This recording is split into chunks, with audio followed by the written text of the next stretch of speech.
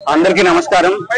ఏదైతే ఏప్రిల్ 22వ తారీఖున మన కాశ్మీర్ లో పహల్గాం గ్రామంలో టెర్రరిస్ట్ అటాక్ ఏదైతే జరిగిందో మనందరికీ తెలిసిందే.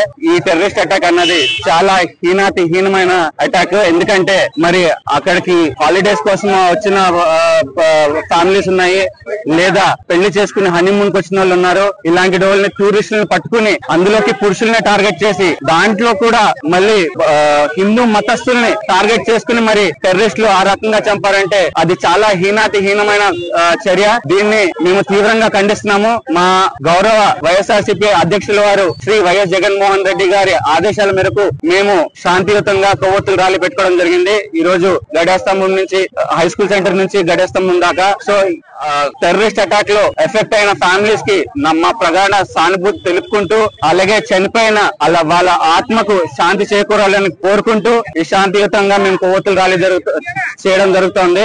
మరి 26 మంది ఇక్కడ చనిపోయారు, ఇంకో 20 మంది మరి ఇంజురీ అయ్యి హాస్పిటల్లో ఉన్నారు. ఎవరైతే హాస్పిటల్లో ఉన్నారో వాళ్ళు త్వరగా కోరుకోవాలని ఈ సందర్భంగా కోరుకుంటూ, తో పాటు కేంద్ర ప్రభుత్వాన్ని కూడా ఖచ్చితంగా ఈ టెర్రరిస్ట్ గ్రూప్ ని పట్టుకుని అదే రకంగా తగిన శాస్తి జరిగేలాగా చూడాలని చెప్పి మేము కేంద్ర ప్రభుత్వాన్ని ఈ సందర్భంగా కోరుతున్నాం.